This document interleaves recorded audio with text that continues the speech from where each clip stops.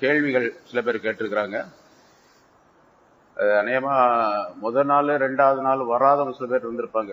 முழுசா வந்திருந்தாங்கன்னு சொன்னா எல்லா விஷயமும் தெரியும். சொல்லப்பட்ட விஷயம் கூட இங்க கேள்வியாக வந்திருக்கு. சில அதையும் பார்க்கணும். அப்துல்லா கமால் அவர்கள், தவாப் ஜியாராவில் பெண்களின் நிலை என்ன? பொதுவாக இருக்க பெண்கள் தவாப் ஜியாரா அவங்களும் செய்யணும். எந்த பெண்ணா இருந்தாலும் சரி, தவாப் ஜியாரா செய்யாம ஹஜ்ஜு கூடாது இல்லையா? திருமணம் ஆகாதவர்கள் தவாப் ஜியாரா செய்யாமல் திரும்பி வந்தால் அவர்கள் நிலை என்ன? அதுக்கும் அதே சட்டம் தான். அதாவது தவாப் ஜியாரா செய்யாம திரும்பி வந்துட்டா திரும்ப அவங்க மஹரமான ஒரு ஆணுடைய துணையுடன் மக்காவுக்கு போய் உம்ராவுடைய நியத்துல போய் தவாப் ஜியாரா செய்துட்டு திரும்பி வரணும். அது அவர்களுக்குள்ள சட்டம். எல்லாருமே தவாப் ஜியாரா செய்யணும். தவாப் ஜியாரா செய்யாம யாரும் இருக்க முடியாது. ஷாஹுல் அமீத் அவர்கள் கேட்டிருக்கிறாங்க, எல்லா ஹாஜிகளும் மக்காவில் இருந்து ஹஜ்ஜுக்காக தமத்தோ ஏராம் கட்டுவதனால் ஷாஃபி மதுஹபை பின்பற்றுவோர் எல்லோருமே தமு கொடுக்கணுமா? விளக்கவும். முதலே சொன்னோம், நேற்று சொன்னோன்னு நினைக்கிறேன். தமு கொடுக்கணும். ஏன்னா தமத்தோட ஏஹராம் கட்டும் பொழுது முதல்ல உம்ரா செய்யறார். ஹஜ்ஜுக்காக வேண்டி மக்காவிலிருந்தே ஏஹராம் கட்டி கொண்டு மினாவுக்கு போயிட்டாங்க அப்படின்னு சொன்னா மீகாத்தை கடந்து போகும்போது இவர் ஏஹராம் இல்லாம போயிருக்கிறார்னு அர்த்தம் அங்க. அதனால அவரும் எல்லாருமே ஷாஃபி மதுஹபை சேர்ந்தவர்கள் தமத்தோ கட்டுனா அது தமு கொடுக்கணும். தமத்துவ என்பதாக சொல்லப்படும். அப்படி தமு கொடுக்க வேண்டாம் அப்படின்னு நினைச்சா அவர் என்ன பண்ணணும்னு கேட்டா, அந்த மீகாத்தை விட்டும் அப்பால் போய் நேத்தே சொன்னா மதீனாவுக்கு போயிட்டு திரும்பி வரணும். வரும்போது அந்த மீகாத்துல எஹராம் கட்டிக்கிட்டு ஹஜ்ஜுக்கு எஹராம் கட்டிக்கிட்டு வந்துட்டாருன்னு சொன்னா இப்ப தமு தேவையில்லை. மீகாத்துக்கு வெளியே போய் திரும்ப எஹராம் கட்டி கொண்டு வரணும். அது எந்த மீகாத்து, 5 மீகாத்து இருக்கு, 5ல எங்க போனாலும் சரி கூடும். சில டூர் ஆபரேட்டர்கள் 11வது நாளில் குர்பானி கொடுப்பதாக கேள்விப்பட்டேன். இவ்வாறு செய்வதனால் மற்ற அமல்களின் வரிசை கிரமம் மாறுபடுமா அப்படின்னு கேட்கிற 2வது கேள்வி. 3 கேள்வி கேட்டிருக்காரு. அதாவது 11வது நாள்ல குர்பானி கொடுத்தா ஹனஃபி மதுஹபின் படிக்கு 10வது நாள்ல அந்த 3 செயல்களை செய்யறது, வரிசையா செய்யறது வாஜிப், கட்டாயம். ஒவ்வொன்றையும் செய்யறது வாஜிபு, வரிசையா செய்யறதும் வாஜிபு. முதல்ல கல்லெறியணும், 2வது குர்பானி கொடுக்கணும், 3வது முடி எடுத்துக்கணும். இப்ப குர்பானி 11வது நாள்ல கொடுக்கிறார் அப்படின்னு சொன்னா 10வது நாள்ல கல்லெறிஞ்சிருப்பாரு. 11வது நாள்ல தான் இவருக்கு அந்த குர்பானி நிறைவேற்றப்படுது அப்படின்னு சொன்னா 11வது நாள்ல அந்த குர்பானி கொடுக்கப்பட்ட பின்னால அவர் முடி எடுத்துக்கணும். அப்ப அந்த தர்த்தீபு விட்டு போகாம வாஜிப் நிறைவேறக்கூடிய சூழ்நிலை ஏற்படும். ஆனா ஷாஃபி மதுஹப்ல இந்த தர்த்தீப் அப்படிங்கிறது சுன்னத்தாக இருக்கின்ற காரணத்தினால 10வது நாள் அன்னைக்கு எப்படி வேணாலும் செஞ்சுக்கலாம். இருந்தாலும் சுன்னத்து விட்டு போயிடும். சுன்னத்து விடுபட்ட குற்றத்திற்குரியவராக அவர் அப்பவும் குற்றம் இருக்கும். இந்த தர்த்தீபை விட்டுட்டா, வரிசை கிரமத்தை விட்டுட்டா தம்மு கொடுக்கணும் அப்படின்னு இருக்குது. ஆனாலும் கூட ஒரு சட்டம் இப்ப ஃபிக்ஹ் அகாடமியின் மூலமாக சட்டம் சொல்லப்பட்டு இருக்கின்றது, தீர்ப்பு செய்திருக்கின்றார்கள். நிர்பந்தமான ஒரு நிலை இருந்தால், இவர் முதல்ல கல்லடிச்சிட்டார், குர்பானி கொடுக்க முடியாத சூழ்நிலை ஏற்பட்டு போச்சு. 11ல அல்ல 12ல தான் குர்பானி கொடுக்க முடியுது அப்படின்னு வச்சுங்க. இப்ப இவரு தொடர்ந்து அந்த எஹராம்லயே இருக்க முடியாத சூழ்நிலையும் இருக்கின்றது. உடல் நலம் பாதிக்கப்படுது, ஏதாவது ஒரு பிரச்சனை வச்சுங்க, உடனே முடியை களைஞ்சிடலாம். அதுக்கு பிறகு 12 அன்னைக்கு அவர் குர்பானி கொடுக்கறதுனால இந்த தர்த்தீப் மாறி போறதுனால எந்த விதமான குற்றமும் இல்லை அப்படின்னு சொல்லிட்டு நிர்பந்தமான நிலையில தீர்ப்பு செய்யப்பட்டு இருக்கின்றது. இது இமாம், அதாவது ஹனஃபி மதுஹபுடைய இமாம்கள் அபு யூசுப் முஹம்மது ரஹ்மத்துல்லாஹி அலைஹி தீர்ப்பின்படி, ஷாஃபி ரஹ்மத்துல்லாஹி என்ன சொல்றாங்களோ அந்த தீர்ப்பு அவங்க 2 பேரும் சொல்லியிருக்காங்க. அதனால ஒரு பக்கத்துல அந்த தீர்ப்பு இருப்பதின் காரணமாக பரவாயில்லை என்று சொல்லப்படுது. அது நிர்பந்தமா இருக்கணும், அதை பார்த்துக்க. சரி, இன்னொரு 3வது கேள்வி அவரை கேட்டிருக்காரு. தாவீஸ், அதுக்கு பேர் தாவீஸ் சொல்றது அவுது பில்லாஹ்னு சொல்றோம்ல, அந்த வார்த்தையில் உள்ள தாவீஸ் வார்த்தை தான் எழுதியிருக்காரு, அதை தாண்டி சொல்றேன். தாவீஸ் அணிந்திருந்தால் யாராம் அணிந்தவனும் தாவீஸை அகற்ற வேண்டுமா அப்படின்னு. தாவீஸ் கட்டியிருக்காரு ஒருத்தர், யாராம் கட்டணும் தாவீஸை காட்டணுமான்னு கேட்கிறாரு. தேவையில்லை. தாவீஸ் எப்படி அணிஞ்சிருக்கிறாரு, கூடுமா கூடாதுங்கிறது அது வேற விஷயம். ஏறாம் கட்டுறதுக்கும் தாவீஸ் அணிஞ்சிருக்கிறதுக்கு சம்பந்தம் இல்லை, அதை அப்படியே விட்டுறலாம். அதனால ஒன்னும் பிரச்சனை இல்லை. சரி, எஸ்ஆர் அப்துல் அசீஸ் அவர்கள் கேள்வி. எஹராம் நிலையில் தானாகவே தலைமுடி உதிர்ந்தால் என்ன செய்வது? அதுக்கும் சொன்ன முன்னால், தானாக உதிர்ந்தாலும் சரி, வேணுமெனே உதிர்த்தாலும் சரி, தூங்கும் போது எடுத்தாலும் சரி, முழிச்சிருக்கும் போது எடுத்தாலும் சரி, நிர்பந்தமான நிலையில் இருந்தாலும் சரி, நிர்பந்தம் இல்லாத நிலையில் இருந்தாலும் சரி, 6 விஷயங்கள் 8 விஷயங்கள் வரும். எப்படி இருந்தாலும் சரி குற்றம் குற்றம் தான். அதனாலதான் சொன்னா தலைமுடி உதறது அப்படின்னு சொன்னா 1 2 ஒரு 4 5 முடி உதிரலாம். அதுல தம்மெல்லாம் வாஜிபாகாது. என்ன, தலையில 4 1 பங்கு 4 1 பாகம் தலைமுடி எடுத்தால்தான் தம்மு வாஜிபாகும். அந்த அளவுக்கு உதிராது, கொஞ்சம் கொஞ்சம் உதிரும். அதனாலதான் என்ன பண்ணு கேட்டா, எஹ்ராம் அணிந்திருக்கக்கூடிய காலத்துல தலைமுடி உதிராமல் இருக்க முடியாது. ஏதாவது நமக்கு தெரியாமலே ஆகிவிடும். அப்படி இருக்கிறதுனால ஹஜ்ஜுடைய காரியங்கள்லாம் முடிச்சிட்டு திரும்ப ஊருக்கு வரக்கூடிய நேரத்துல ஏதாவது கொஞ்சம் சதகா, ஒரு 10 ரியால் 20 ரியால் 50 ரியால், இந்த மாதிரி எனக்கு தெரியாமல் ஏதாவது குற்றங்கள் நிகழ்ந்திருந்தால் அதற்காக வேண்டி பரிகாரமாக இதை நான் கொடுக்கின்றேன் அப்படிங்கிற நியத்துல ஒரு 10 50 ரியால தர்மம் கொடுத்துட்டோம் சொன்னா இதெல்லாம் கஃபாராவாக ஆகி போயிடும். அதாவது வேணும்னே விழ வைக்க கூடாது. எப்படி விழுந்தாலும் வேணும்னே செஞ்சாலும் சரி, தெரியாம செஞ்சாலும் சரி. அதனாலதான் எஹ்ராம் கட்டி இருக்க ஹலால் செய்யக்கூடாது. தண்ணி உள்ள சேர்த்து வைக்கக்கூடிய அளவுக்கு ஒது செய்ய வேண்டியதானே தவிர போட்டு அதை நோண்டிட்டுலாம் இருக்கக்கூடாது. போட்டு இப்படி இப்படின்ட்டே இருந்தாருன்னா சீப்புல செய்யறதுனா முடி வரத்தான் செய்யும். அப்படி வேணும்னே செய்யக்கூடாது. வேணான்னு செஞ்சாலும் சரி குற்றப்பரிகாரம் செய்யணும். லியாக்கத்தலி லியாக்கத்தலி தல்பியாவை ஹஜ்ருல் அஸ்வத்துக்கு முன்பாக நிறுத்திவிட வேண்டுமா? தங்களின் ஹஜ்ஜின் சட்டங்கள் கிதாபில் பக்கம் 63 பாரா 2 சஃபாவிலும் ஓதிக்கொண்டே இருக்க வேண்டும் என்று உள்ளது அப்படின்னு கேட்டிருக்காரு. ஹஜ்ருல் அஸ்வதுக்கு போய் நியத் தல்பியா, அதாவது தவாஃபுடைய நியத்து பண்றதுக்கு முன்னதாகவே தல்பியா நிறுத்திடணும். நிறுத்தப்பட்ட பின்னால ஓதக்கூடாதுன்னு அர்த்தம் அல்ல. தவாப் செய்யும் போது இடையிடையில ஓதணும், அது நல்லது, முஸ்தாப். அதே மாதிரி சை செய்யும் போது இடையிடையில ஓதிக்கணும், நல்லது. அதான் அதைத்தான் அந்த கிதாபுல புக்கில் எழுதப்பட்டிருக்கு. ஆனா நிறுத்துறது, தல்பியா நிறுத்துறது நிறுத்துறது அதுக்கு பின்னால் ஓதக்கூடாதுங்கிற அர்த்தம் அல்ல, அதனால சொல்லப்படும். துல்ஹஜ் பிறை 7 மினாவுக்கு அழைத்து சென்றால் அது நபி வழி மீறல் ஆகுமா அப்படின்னு சொன்னா அது சுன்னத்துக்கு மாத்தம்தான். இருந்தாலும் இப்ப உள்ள சூழ்நிலையில நெருக்கடியின் காரணமாக, கூட்டத்தின் காரணமாக எல்லாரும் ஒரே நேரத்தில் சுபஹ் தொழுதுட்டு போறதுன்னா போய் சேர முடியாது. அப்படி நிறைய தவறுகள் ஏற்பட்டு போச்சு, நிர்பந்தமான நிலை ஏற்பட்டு போச்சு. காலையில சுபஹுக்கு பின்னால போனவங்க சாயந்தரம் அசருக்கு பின்னால போய் மினாவுக்கு போய் சேர்றாங்க 4 கிலோமீட்டருக்கு. அதனால இரவோடு இரவாக கொண்டு போறதை பத்தி ஒண்ணும், அந்த சுன்னத்து விடுபட்டு போனாலும் கூட குற்றமாக ஆகாது என்பதாக சொல்லுகின்றார். இதெல்லாம் முடிவெடுத்து தான் அங்க இருக்கக்கூடிய உலமாக்கள் அதை செய்யறாங்க. அதனால அது பெரிய குற்றமாக கருதப்பட மாட்டாது. மாற்று மத நண்பர்கள் தங்களுக்காக வேண்டி பிரார்த்தனை செய்ய சொல்லுகிறார்கள், செய்யலாமா? விளக்கம் தேவை. மாற்று மத நண்பர்கள் செய்ய சொன்னா செய்யலாம். எப்படி செய்யணும்னு கேட்டா, யா அல்லாஹ் அவருக்கு இஸ்லாத்தை பாக்கியமாக தருவாயாக, அவருக்கு இஸ்லாத்தினுடைய ஹிதாயத்தை தருவாயாக, அவர் முஸ்லீமாக ஆகக்கூடிய பாக்கியத்தை தருவாயாக, ஈமானுடைய பாக்கியத்தை தருவாயா, அப்படி துஆ செய்யும். அரபாவில செய்யலாம், மினாவில செய்யலாம், எங்க வேணாலும் செய்யலாம். அவங்கள சொர்க்கத்துக்கு போக சொல்வாயாக அப்படின்லாம் சொல்லக்கூடாது. அவர்களுக்கு மகஃபிரத்தை வழங்குவாயாக அப்படின்னு சொல்லக்கூடாது. மன்னிப்பளிப்பாயாக, அவருடைய பாவங்கள்லாம் நீ மன்னிச்சிரு அப்படின்னு சொல்லக்கூடாது. ஏன்னா இது இப்ராஹிம் அலைஹிஸ்ஸலாத்துடைய அந்த செய்தியிலேயே குர்ஆன்ல அல்லாஹ் தஆலா சொல்றான், அதுக்கு தஃப்சீல விளக்கம் தரப்பட்டு இருக்கின்றது. ஏஎம் ஷௌகத் அலி அவர்கள், வேலைக்கு செல்லும் இடத்தில் ஹஜ் செய்தால் அந்த ஹஜ் முழுமையாகுமா? விளக்கம் தாராளமா சார். வேலைக்கு போனாலும் சரி, இங்கிருந்து போனாலும் சரி, அங்கிருந்தே போனாலும் சரி, வேலைக்கு போற நேரத்தில் ஹஜ் செய்தாலும் கூட ஹஜ்ஜு கூடும். வேலைக்கு தான் போனாரு, ஆனா ஹஜ்ஜுடைய நியத்துல தானே ஹஜ்ஜுக்கு போறாரு, அதனால கூடும்.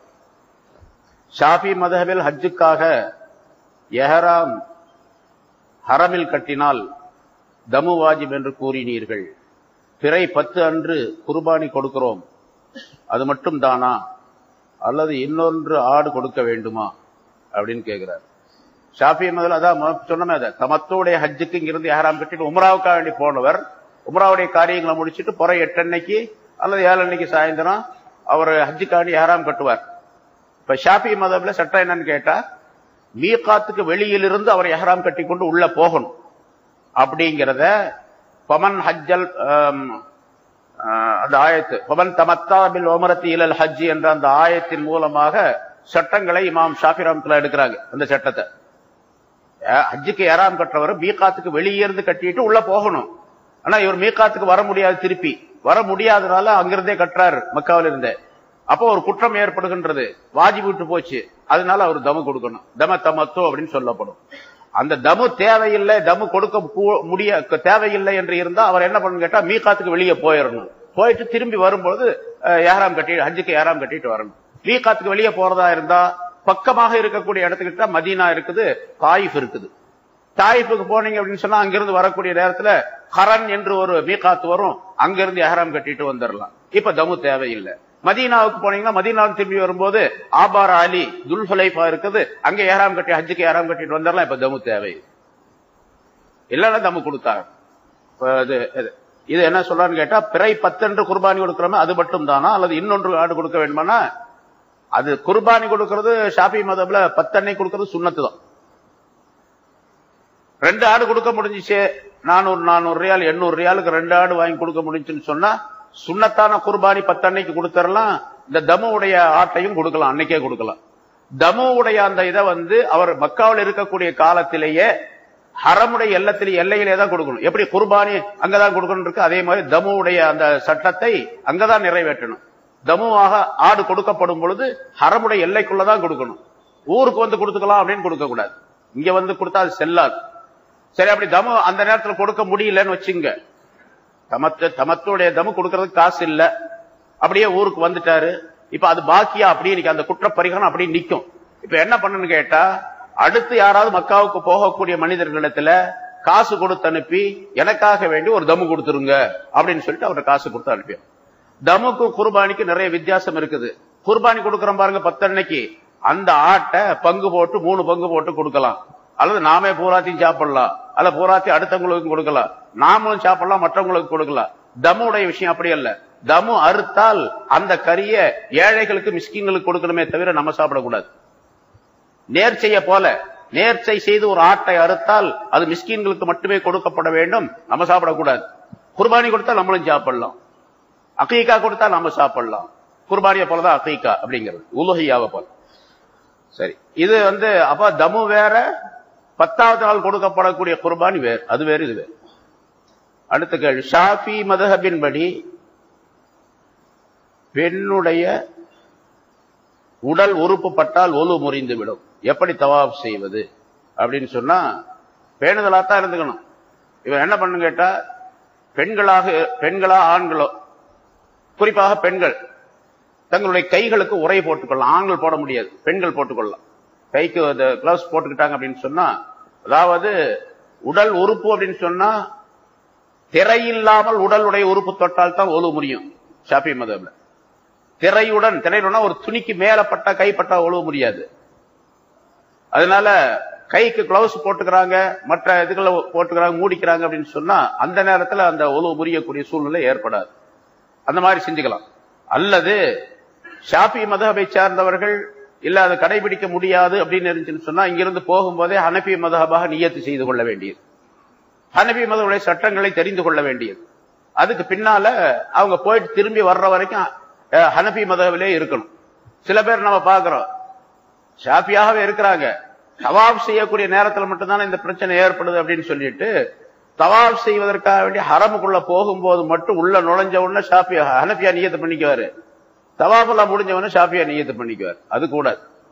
இது எப்படி இருக்குன்னு கேட்டா, ஷாஃபி மதஹபுடைய பள்ளிவாசல்ல தொழ வைக்கக்கூடிய ஒருவர் நம்ம புரசவாக்கு பள்ளிவாசலுக்கு வர்றாரு, தொழுக வைங்க அப்படின்னு சொன்னா உடனே முசல்லால நின்ற பின்னால நான் ஹனபி அப்படி நியத்து பண்ணிட்டு பிஸ்மில்லாவும் சத்தம் போட்டு ஓதாம மெதுவா போதை அப்படியே தொழுக வச்சிருவார். இப்ப அந்த பள்ளிவாசல்ல ஷாஃபி, இந்த பள்ளிவாசல்ல ஹனபி. அப்புறம் அங்க போறாரு, அங்க ஷாஃபியா மாறிடுவாரு. அடுத்த நேரம் இங்க வர்றாரு, இங்க ஹனபியா மாறிக்குவார். அந்த மாதிரி ஆயிடும். அது கூடாது. ஷாஃபியா ஹனபியா மாறுறதா இருந்தா போகும்போதே நியத்து பண்ணிக்க வேண்டியது, ஹஜ்ஜை முடித்து விட்டு திரும்ப வர்ற வரைக்கும் ஹனபியாக இருக்கக்கூடிய சூழ்நிலையை உருவாக்கி கொள்ள வேண்டும். ஒவ்வொரு இடத்திலும் ஓத வேண்டிய துவா மறந்து விடுகின்றது அல்லது தடுமாற்றம் ஏற்படுகின்றது. பொதுவான துவாக்கள் இருக்கிறதா? அதன் முன்னாலே சொன்ன, ஆரம்பத்திலே சொன்ன, அதாவது தவாஃபுடைய நேரத்தில் சுப்ஹானல்லாஹ் வல்ஹம்துலில்லாஹ் 3வது கலிமா, சஹீஹுடைய நேரத்தில் 4வது கலிமா ஓதிக்கொள்ள வேண்டும். அவ்வளவு. மற்ற இடங்கள்ல ஓதக்கூடிய துவா பல இருக்குது. அவங்களுக்கு என்னென்ன துவா தெரியுமோ அந்த துவாவெல்லாம் கேட்டுக்கலாம். குறிப்பாக நல்லது என்னவென்று சொன்னால், சிறப்பானது அரபி வாசகத்தை அப்படியே கேட்க வேண்டும். முன்னால் நேத்து சொன்னேன், ரப்பனா ஆத்தினா ஃபித் துன்யா ஹஸனா என்று சொன்னால் அந்த துவா அப்படியே கேட்கணும். அல்லாஹும்ம இன்னி அஸ்அலுக்கல் அஃப்வ வல் ஆஃபியா என்று சொன்னால் அர்த்தத்தை மட்டும் படிக்காம அரபிய படிக்கிறது ரொம்ப நல்லது. சரி, அரபி படிக்கவே தெரியல, அதை தமிழுடைய அர்த்தம் போட்டுருங்க, அல்லது ஆங்கிலத்தில் இருக்கு, உருதுல இருக்குது, அதை படிச்சுக்கிட்டா போதுமானது. இருந்தாலும் முழுமையான கருத்து கிடைக்கிறது சிரமமாகிவிடும். நியத்தை பொறுத்து அல்லாஹ் கொடுப்போம். பொதுவான துவா போதுமானது. பொதுவான துவா என்ன துவா உங்களுக்கு தெரியுமா, அந்த துவா ஓதணும். குறிப்பாக ரப்பனா ஆத்தினா ஃபித் துன்யா இது பண்ணா ஓதனா போதுமானது. ஹஜ்ரத் ரசூல் ஸல்லல்லாஹு அலைஹி வஸல்லம் அவர்களின் புனித ரவுலா ஷரீஃபை பெண்கள் ஜியாரத் செய்யலாம். முதல்ல சொல்லிட்டோம், பெண்கள் ஜியாரத்துக்கு போகக்கூடாது. பெண்கள் ஜியாரத்து செய்யறதுக்குன்னு சொன்னா அங்க போய் ரவுலா ஷரீஃபை யாரும் பாக்குறதே கிடையாது. ஆண்களுக்கும் கிடையாது, பெண்களுக்கும் கிடையாது. அவங்களுக்கு ஜியாரத் செய்யறதுக்காண்டி ஒரு நேரத்தை குறிப்பிட்டு சுபுவுக்கு பின்னாலே அஸ்ருக்கு முந்தியும் இடம் கொடுக்கறாங்க. ஆனா அவங்க கபர் வரைக்கும் யாருமே வர முடியாது. ஆம்பளையும் போக முடியாது, பொம்பளையும் போக முடியாது. வெளியே நின்று ரசூலுல்லாஹி ஸல்லல்லாஹு அலைஹி வஸல்லம் கபர் இந்த இடத்துல இருக்குது அப்படிங்கறதுக்காண்டி துஆ ஓதிட்டு வருவாங்க, அவ்வளவுதான். அது தாராளமா கூடும். நேரடியா கபருக்கு போறது இருக்கு, அதுவே கூடாதுன்னு சொன்னோம். மற்றவருடைய கபருக்கே கூடாதுன்னு ரசூலுல்லாஹுடைய கபருக்கு எப்படி கூடும்? அதுவும் கூடாது.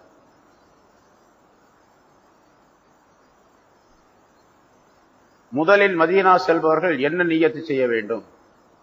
மதீனாவுக்கு போற நியத்து செய்யணும், அவ்வளவுதான். என்ன நியத்து செய்யணும்னா, ஏறாம் கட்டிட்டு போலாமான்னு கேட்கிறாரா இல்லையா அப்படின்னு. ஏறாம் கட்ட வேண்டிய அவசியம் இல்லை, நேரா மதீனாவுக்கு போறதா இருந்தா. ஆமா, ஒரு சமயம் இப்படி ஆகி போச்சுன்னு வச்சுங்க, நேரா மதீனாவுக்கு போறோம் அப்படிங்கிற நியத்துல இங்கிருந்து பிளைட்ல விமானத்துல போறாங்க, ஜித்தாவுக்கு போய் தான் போகணும். ஹஜ் கமிட்டியில தான் போறாங்க அப்படின்னு நியத்து பண்ணியிருக்காங்கன்னு வச்சுங்க. ஜித்தாவுக்கு போன பின்னால திடீர்னு ஒரு அறிவிப்பு, மாற்றம் ஏற்பட்டு போயிடுது. இப்ப நீங்கள்லாம் ஜித்தாவுக்கு இது மதீனாவுக்கு போக முடியாது, முதல்ல மக்காவுக்கு போயிட்டு தான் அப்புறம் மதீனாவுக்கு போகணும் அப்படிங்கிறது கவர்மெண்ட்ல ஒரு உத்தரவா இருக்குது.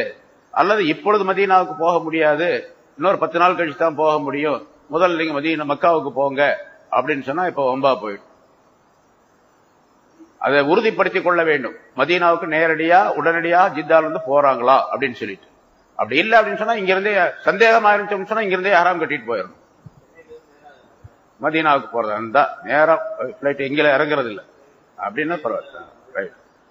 மதீனாவுக்கு செல்பவர்கள் என்னென்ன செய்யணும், மதீனாவில் ஜியாரத்துடைய நியத்துல போலாம், அவ்வளவுதான்.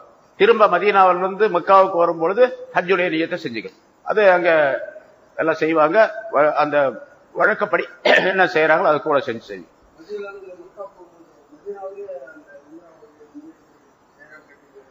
செய்யலாம். துல்ஹுலைஃபாங்கிற இடம் வச்சிருக்கிறாங்க. அது அந்த மீகாத்தை போய் அந்த இடத்துல தொழுதுட்டு கட்டணும் அப்படிங்கறதுக்காண்டி நீங்க மதீனால ரூம்ல இருக்கும் போதே கட்டிட்டு வந்துடலாம், ஒன்னும் பிரச்சனை. எப்படி இங்க இருந்து கட்டிட்டு போறோம் இல்லையா, எலம்லம் போய் கட்டணும். இப்ப நம்ம கட்டுறதுல இங்கதானே கட்டிட்டு போறோம். அது மாதிரி பெண்கள் காபாவில் ஆண்கள் அருகில் நின்று தொழுவது கூடுமா? விளக்கம் கூடும். அது சொல்லவே இல்லை பாருங்க, விட்டாச்சு. அது முக்கியமான மசலா.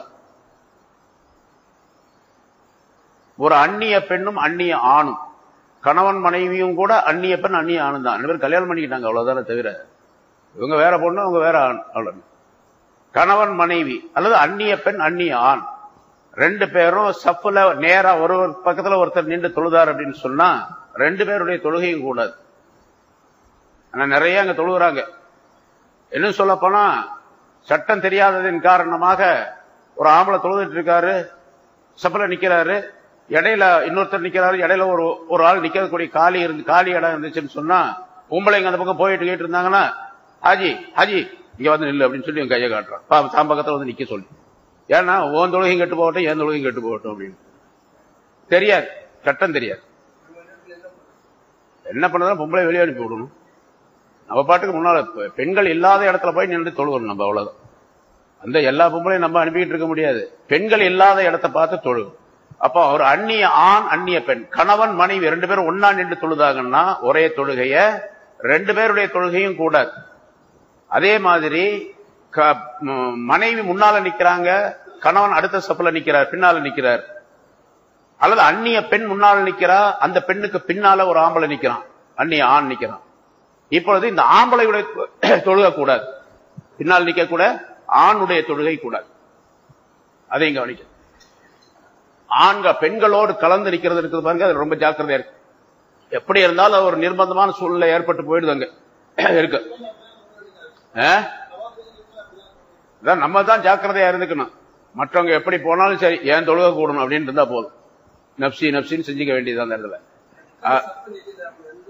எல்லாம் நிக்கிறாங்க இல்லையா, நம்ம பார்த்து ஏதாவது ஒரு இடத்துல ஒதுங்கி போயிட வேண்டியது.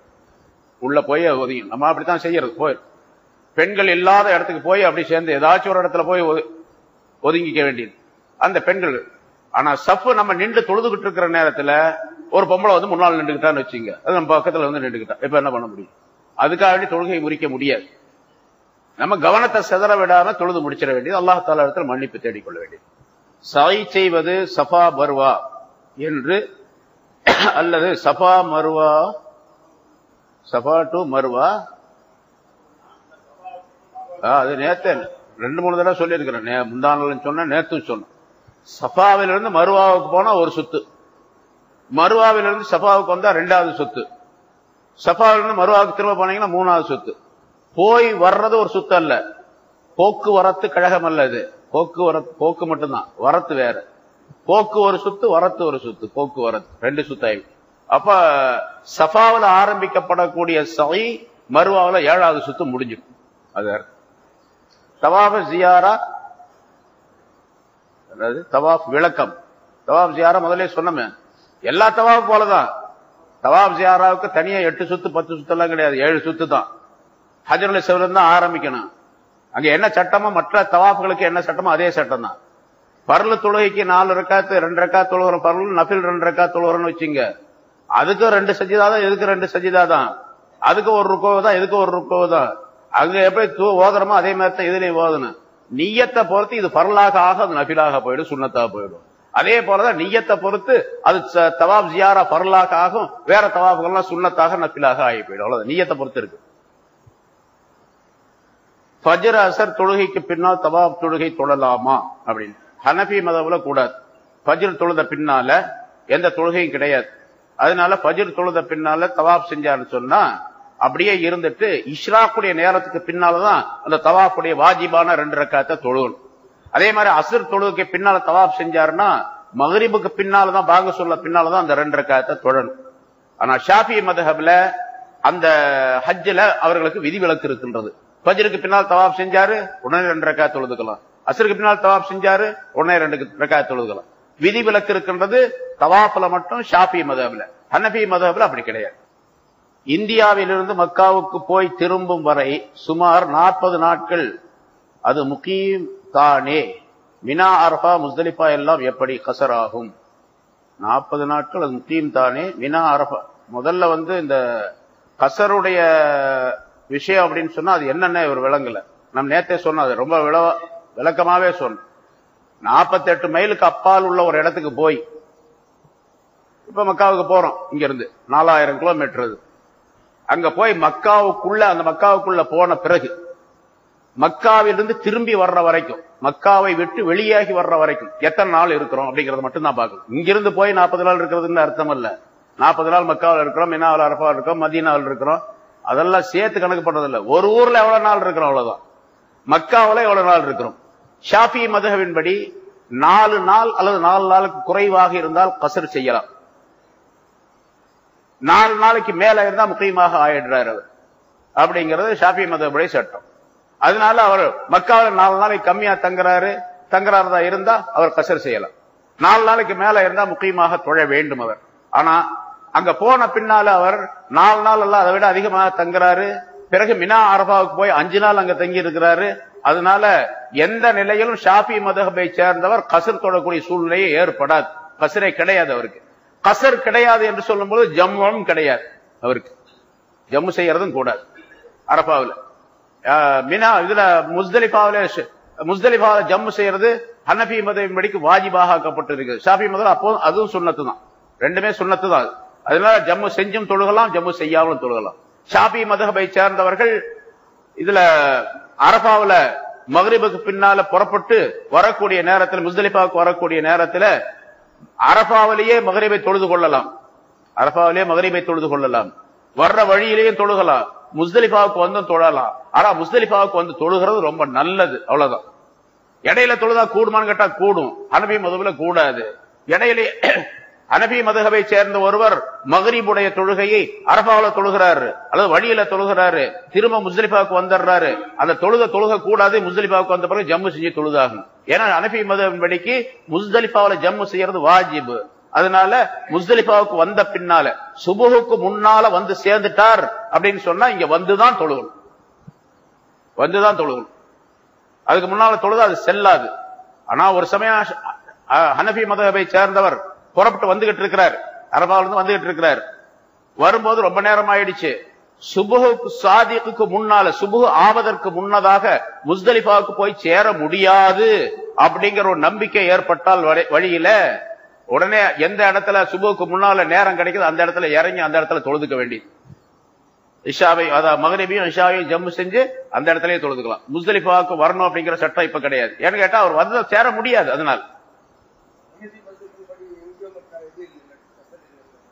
அல்ல கசர் நமக்கு போற நேரத்துல இருந்து 15 நாளைக்கு கம்மியா இருந்துச்சுன்னா கசர் தான். மக்காவில, மினாவில, அரபாவில, முஸ்தலிஃபாவில திரும்பி வர்ற வரைக்கும் மக்காவுக்குள்ள நுழைந்த நேரத்தில் இருந்து மக்காவை விட்டு வெளியே வரக்கூடிய நேரம் வரைக்கும் 15 நாளைக்கு கம்மியா இருந்துச்சு அப்படின்னு சொன்னா அவர் எல்லா இடத்திலும் கசர் தொழுவார். 15 நாளோ அதற்கு மேலேயோ அதிகமாகவோ இருந்தால் அவர் எல்லா இடத்திலும் முக்கியமாக 4 ரக்காத் உள்ளவராக தொழுவார். அது சட்டம் நேற்று எல்லாம் விளக்கமா சொன்னது. தெரியலன்னு சொன்னா திரும்ப நீங்க கேட்டுக்கலாம். அப்ப அதான் சட்டங்களை, கசருடைய சட்டத்தை தெரிஞ்சுக்கணும். முதல்ல தவாஃபுக்கு பின்னால் தொழும் வாஜிபான 2 ரக்காத்து தொழுகையை தவாஃபுடைய நஃபில் 2 ரக்காத் தொழுகிறேன் என்று நியத்து செய்து தக்பீர் கட்டினால் தொழலாமா? தவாஃபுக்கு பின்னால தொழுதால அது வாஜிப்னு அர்த்தம் தான். நியத்து வந்து நஃபில் அப்படின்னு சொல்லிட்டு இவருக்கு ஏற்பட்டு போச்சுன்னு வச்சுக்க, தவறா ஏற்பட்டதுன்னு அர்த்தம். உதாரணமா லொஹருடைய தொழுகை, இப்ப இஷா தொழுக போறோன்னு வச்சுங்க, இஷாவுடைய ஜமாத்தோடு வந்து இப்படி நின்றாருங்க, அதெல்லாம் தனியா தொழுகிறாரு. இஷாவுடைய பரலு தொழுகணுங்கிறதா முதல்ல நியத்து. உலகெல்லாம் செஞ்சுட்டு வந்தாரு, நின்றாரு. தக்பீர் கட்டும் பொழுது நபில் தொழுகிறேன்னு நியத்து வந்துருச்சுன்னு வச்சுங்க, தவறாக வார்த்தை வந்துருச்சு, இப்ப கூடி போயிடும். ஏன்னு கேட்டா அவருடைய அசல் நோக்கம் என்ன கேட்டா பரலு தொழுகிறது அப்படிங்கிறது தான். அதனால நஃபில் அப்படிங்கிற இடையில நியத்து வந்துடுறது அதுக்கு முன்னால் உள்ள அந்த நியத்துக்கு மாற்றமாக ஆகாது. அது போல தவாஃபுடைய தொழுகை வாஜிபான 2 ரக்காத் தொழுகிறேங்கிறதுக்கு பதிலாக நஃபில்னு சொல்லிட்டார் அப்படின்னு சொன்னா தவறி சொன்னது, அதனால கூடி போயிடும். அதனால ஒண்ணு தப்பு. ஹசர தொழுகை 77 கிலோமீட்டருக்கு அப்பால் மட்டும் 15 நாள் கீழே தங்கினால் நாம் 77 கிலோமீட்டர் கடந்து மக்கா மதீனா 40 நாள் வரை தங்கு. இதான் முதல்ல சொன்னது. இன்னொரு கேள்விக்கு சொன்னது. 40 நாள் டோட்டலா தங்குறது, மக்காவுக்குள்ள போற நேரத்திலிருந்து வெளியே வர்ற நேரம் வரைக்கும் எவ்வளவு நாள் அப்படிங்கறத கணக்கு போடும். ஹஜ்ஜு 8 to 13 நாட்களில், 8ஆல இருந்து 13 நாளுக்கு தூங்கும் போது குளிப்பு கடமையான என்ன குளிச்சுக்கணும். குளிப்பு கடமையானால் என்ன செய்வது? குளிக்கணும், வாஜிப் கட்டாயம். ஏன்னா தொழுகணுமே அவர். குளிப்பு கடமையானால் குளிச்சுதான், குளிக்காம தொழுகலான்னு கேட்கிற முடியாது, குளிச்சுதான் தொழுவோம். தண்ணி கிடைக்கல, அவர் இருக்கிற நேரத்துல இருந்து 1 மைல் தூரத்துக்கு தண்ணியே கிடையாது. அப்படி கிடையாது, தண்ணி 6 மாதிரி ஓடுது. நம்ம நாட்டில் இருக்கிறத விட தண்ணி அதிகமான தண்ணி அங்க. அதனால குளிக்கிறதுல ஒண்ணுமே பிரச்சனையே கிடையாது. அதனால குளிச்சுட்டு தொழ வேண்டியது, குளிக்கணும் கட்டாயம். இன்றைய பயானில் சொன்னீர்கள் பெண்கள் ஜியாரத்தை பற்றி, பெண்கள் ஜியாரத்தை செய்யக்கூடாது, அது பற்றி விளக்கவும். அதான் சொல்லியாச்சு, கும்பலை ஜியாரத் செய்யக்கூடாது, கபருக்கு போகக்கூடாது. அதுக்கு மேல என்ன சொல்றதுன்னு எனக்கு தெரியல, என்ன கேட்கிறாரு அப்படிங்கிறது. அவ்வளவு, பெண்கள் ஜியாரத் செய்யக்கூடாது அப்படிங்கிறதா இருக்கு. கபருக்கு போகக்கூடாது. யாருக்காவது துவா செய்யணும் அப்படின்னு சொன்னா அவங்க வெளியே இருந்து துவா செஞ்சுக்க வேண்டியது, வீட்டுல இருந்தா மறைமுகமாக துவா செஞ்சுக்க வேண்டியது. ரசூலுல்லாஹி ஸல்லல்லாஹு அலைஹி வஸல்லம் அவர்களுடைய கபருக்கு போறோம் அப்படின்னு சொன்னா அங்க கபருக்கு பின்ன யாரும் போறது கிடையாது, தூரமா தான். யாருமே கபர் தெரியாது, ஆண்களுக்கும் தெரியாது பெண்களுக்கும் தெரியாது. துவா படிக்கிறோம் அவ்வளவுதான். சலவாத்து சொல்றோம், ஸலாத்து வஸ்ஸலாமு அலைக்க யா ரசூலுல்லாஹ்னு சொல்றோம். சலவாத், ஒரு சலவாத் ரசூலுல்லாஹி ஸல்லல்லாஹு அலைஹி வஸல்லம் அவர்களுடைய சன்னிதானத்தில் ஏற்றுக்கொள்ளப்பட்டால் நம்ம பெரிய பாக்கியசாலி ஆயிடும். ஏற்றுக்கொள்ளப்படும் அல்லாஹ்வினால். ஷாஃபி மதஹபில் உள்ளவர்கள் ஹஜ் செய்யும் போது ஹனபி மதஹபை பின்பற்றுவதாக நியத்து செய்து கொள்ள வேண்டும் என்று கூறுகிறார்கள். இந்த முறை சரியா? அப்படிலாம் கிடையாது. ஷாஃபி மதஹபார் ஷாஃபியாவே நியத்து செய்யும், ஹனபியாவே நியத்து செய்யணும். தொழும் பொழுது அவர் என்னென்ன செய்யணுமோ, கையை தூக்குற ரஃபவுல் யதைன் செய்யணும், மற்ற இதுகள் செய்யணும், அத்தையாத்துல சில வாசகங்கள் மாற்றமாச்சு, இதெல்லாம் அவரு அந்தந்த மதுஹபுக்காரர்கள் அந்தந்த மதுஹப்படி நடந்து கொள்ள வேண்டியது. கொடுக்குறாங்க ரவுலத்துல் ஜன்னாவில் கொஞ்சம் ஒரு இடத்த ஒதுக்கி கொடுக்குறாங்க. ஆனா பெண்களுக்கு அதிக நேரம் கொடுக்கறது, காலையில கொஞ்ச நேரம், மாலையில கொஞ்ச நேரம், 3 மணிக்கு பிறகு, லொஹருக்கு பிறகு கொஞ்ச நேரம். நான் ஷாஃபி, மக்காமை இப்ராஹிம் தொழுகை வாஜிபா சுன்னத்தா, மனைவியை தொட்டால் ஒது முறிந்து விடுமா? இதெல்லாம் முதல்ல சொல்லியாச்சு. அங்கே மக்காமை இப்ராஹிம் தொழுகை வாஜிப், அதாவது தவாஃபு. மக்காமை இப்ராஹிம் தொழுகை அல்ல, தவாஃபுடைய தொழுகை. மக்காமை இப்ராஹிம் தொழுகைன்னு ஒண்ணு கிடையாது, அதுக்கு பேரு தவாஃபுடைய தொழுகை வாஜிப். ஷாஃபி மதவிலே வாஜிப் தான், அது சுன்னத் அல்ல. அதனால கட்டாயமா தொழுகணும். அந்த தொழுகையை விட்டுட்டா தொழாமல் விட்டு விட்டால் தம்மு கொடுக்கணும். மனைவியை தொட்டால் ஷாஃபி மரபா இருந்தா மனைவியை தொட்டா அது உடல் உராய்வு ஏற்பட்டாலே ஒழு முறிஞ்சிடும் அப்படிங்கறத சட்டம். பெண்களுக்கு எப்பொழுது ஹஜ்ஜு கடமை? பெண்களுக்கு ஆண்களுக்கு எல்லாருக்குமே பாலிகான உடனே கடமை. பருவமடைந்த நேரத்திலிருந்து பெண்களுக்கு ஆண்களுக்கு யாராக இருந்தாலும் கடமை. ஆனா பாலிகான பருவமடைந்த ஆணோ பெண்ணோ இங்கிருந்து மக்காவுக்கு போய்விட்டு வருவதற்குரிய பொருளாதாரம் உடையவராக, அந்த வசதி உடையவராக இருக்க வேண்டும். உடல் வலிமை பெற்றவராக இருக்க வேண்டும். அதாவது நோயாளியாக இருக்கக்கூடாது என்ற சட்டம். என் மனைவியை ஹஜ்ஜுக்கு அழைத்து செல்ல என் பெற்றோர் அனுமதி தேவையா? வேண்டாம் என்று சொன்னால் என்ன செய்ய அப்படின்னு. மனைவியை ஹஜ்ஜுக்கு அழைத்து செல்வது அவருடைய கணவருடைய விருப்பம். இவரு தான் பெற்றோருக்கு கட்டுப்பட்டவர். அதனால பெற்றோருடைய அனுமதி இவருக்கு வேணும். ஆனால் அது முந்தா நாள் சொன்னோம், பெற்றோருடைய அனுமதி கேட்கறது, பெற்றோருடைய அனுமதி கொடுத்துதான் போகணுங்கிறது நஃபிலான ஹஜ்ஜுகளுக்கு மட்டும்தான்.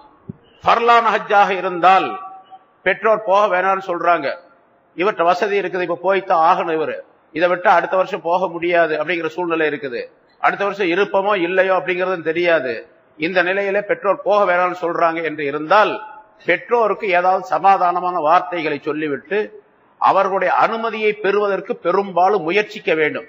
அனுமதியே கொடுக்க முடியாது அப்படின்னு சொல்லிட்டாங்க, நீ போகவே கூடாது, ஹஜ்ஜுக்கு போகவே கூடாது, பரலான ஹஜ்ஜா இருந்தாலும் செய்யவே கூடாது அப்படின்னு பெற்றோர் தடுக்கிறாங்க அப்படின்னு சொன்னா இவர் பெற்றோரை மீறி போகலாம்.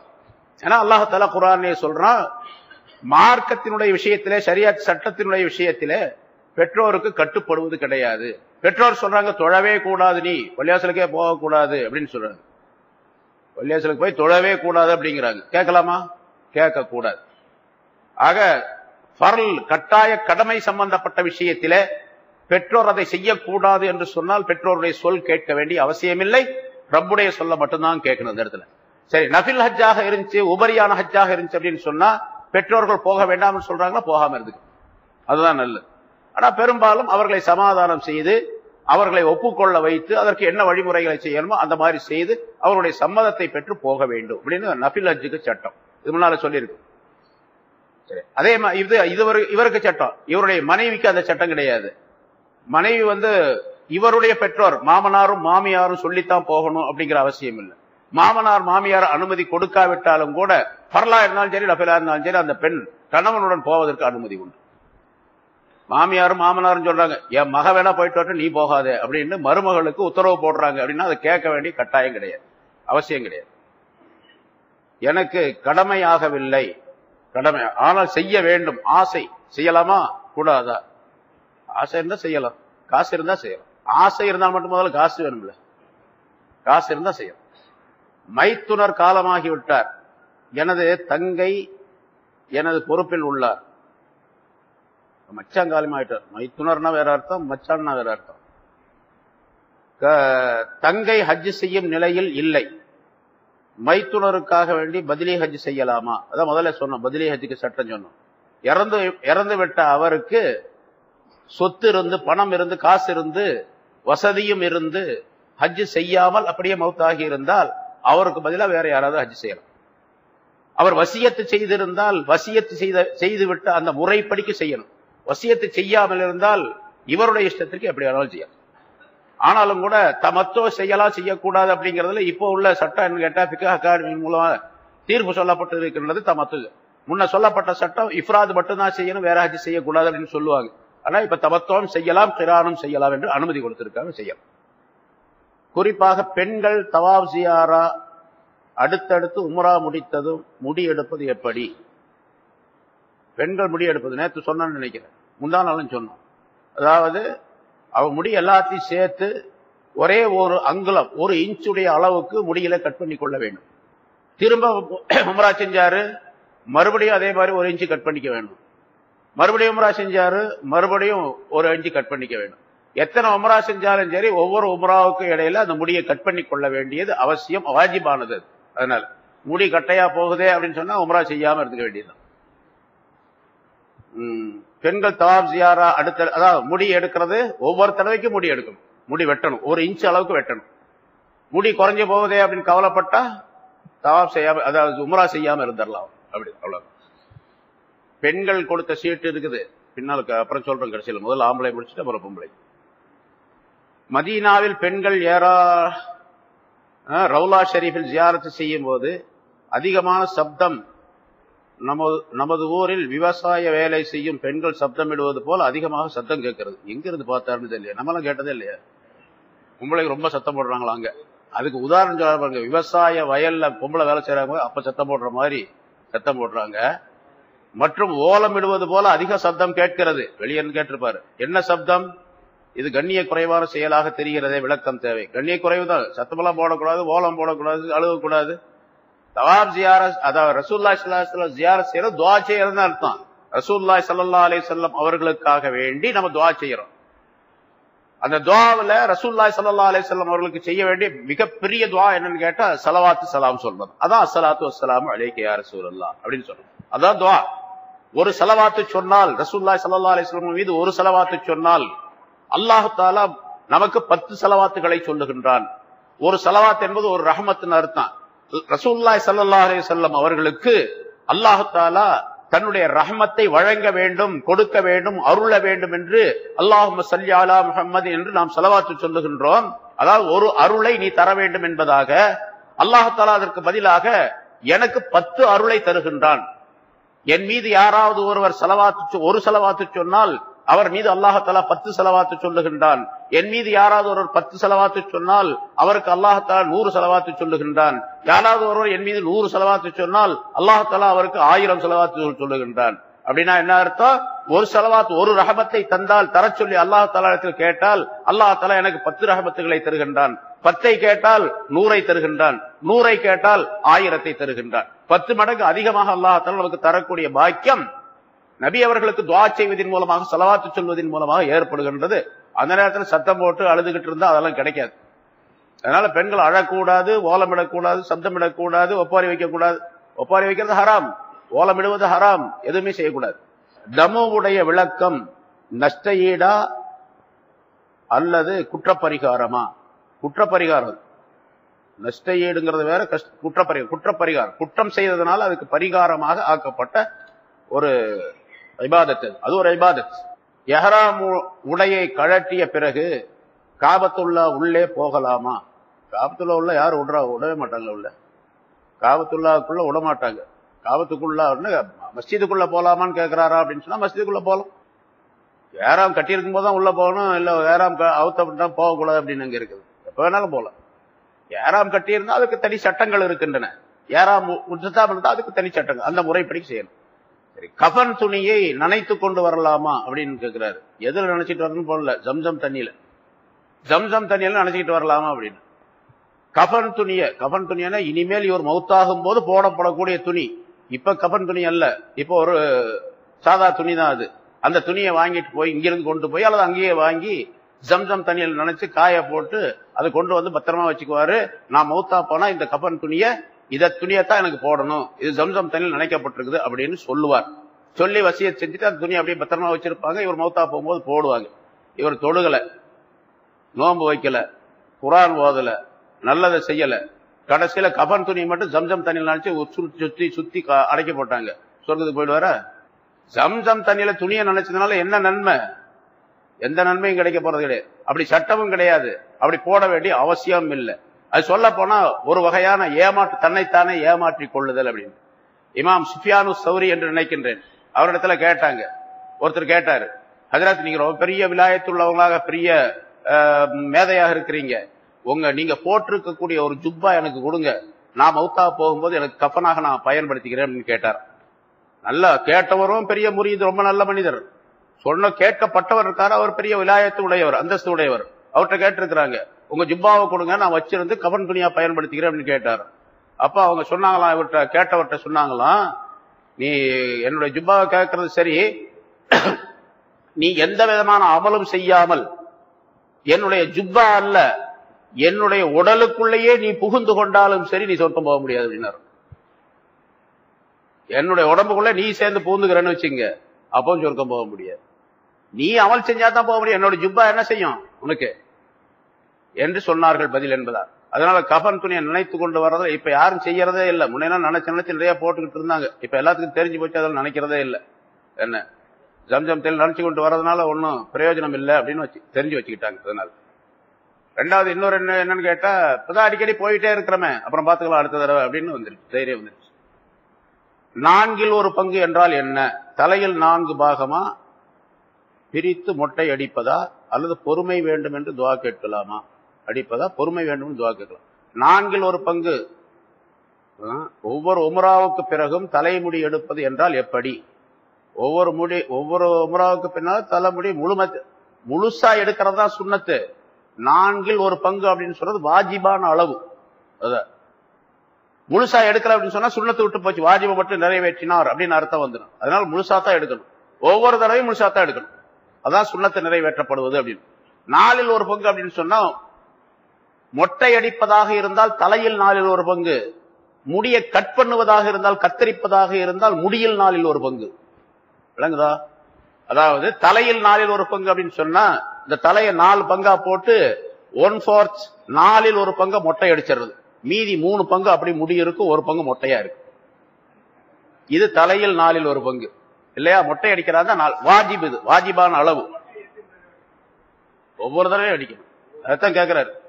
ஒவ்வொரு தடவையுமானா ஒவ்வொரு தடவை தான் அடிக்கணும். முடியே இல்ல என்ன பண்றது அப்படின்னு கேட்டா கத்தியை மட்டும் போட்டுக்க வேண்டியது. ஒருத்தர் வழுக்கையா இருக்காருன்னு வச்சுங்க, நம்ம தலைவர் மாதிரி, தமிழ்நாட்டு தலைவர் மாதிரி அப்படி வழுக்கையா இருக்கு, அவர் என்ன பண்றது? கத்தியை மட்டும் போட்டுக்கணும், அவ்வளவுதான். அப்படி எப்படி எடுத்துக்க வேண்டியது. இப்ப 4 உம்ராவுக்கு பிறகு தலைமுடி எடுப்பது என்றால் எப்படி? 4/1 என்றால் சொன்னா இப்ப மொட்டை அடிச்சா தலையில 4/1. முடியை கத்தரிப்பதாக இருந்தால் முடியை கத்தரிக்கலாம், அதுவும் கூடும். இருந்தாலும் மொட்டை அடிக்கிறது நல்லது, முன்னால் நேரத்தை விளக்கம் சொன்னோம். முடிய கத்திரிக்கிறதா இருந்தா தலையில் இருக்கக்கூடிய முடி ஒருவருக்கு 4 அங்குலம் நீளம் இருக்குன்றத வச்சுங்க. எல்லா இடத்துலயும் 4 அங்குலம் நீளம் இருக்குது, 4 இன்ச் இருக்குதுன்னு வச்சுங்க. எல்லா முடியிலும் 1 அங்குலம் கட் பண்றது, பூராத்துல 1 மொத்தமா கட் பண்ணி பார்க்கும் பொழுது எல்லா முடியும் 3 இன்ச்சா குறைஞ்சு போச்சு. 4 இன்ச் இருந்தது 3 இன்ச் ஆயிடுச்சு. இப்ப 4/1 கட் பண்ணிட்டேன். முடியில் 4/1 கட் பண்ணுவதா இருந்தா, மொட்டை அடிப்பதா இருந்தா தலையில் 4/1. அது 4/1 என்றால் என்ன அப்படிங்கிறது விளக்காது. பொறுமை வேண்டும் என்று துவா கேட்கலாமா? தாராளமா கேட்கலாம். ஆனா எப்படி கேட்கணும் அப்படிங்கிறதுக்கு சில விளக்கங்கள் இருக்குது. ரசூலுல்லாஹி ஸல்லல்லாஹு அலைஹி வஸல்லம் ஒருத்தர் துவா கேட்டுக்கிட்டு இருந்தார், யா அல்லாஹ் எனக்கு பொறுமையை அதிகமாக தருவாயாக அப்படின்னு கேட்டுக்கிட்டு இருந்தார். இதை கேட்ட ரசூலுல்லாஹி ஸல்லல்லாஹு அலைஹி வஸல்லம் சொன்னாங்க, அப்படின்னா நீ துன்பம் வர வேண்டும் என்று கேட்கின்றாய் அப்படின்னு சொன்னாங்க.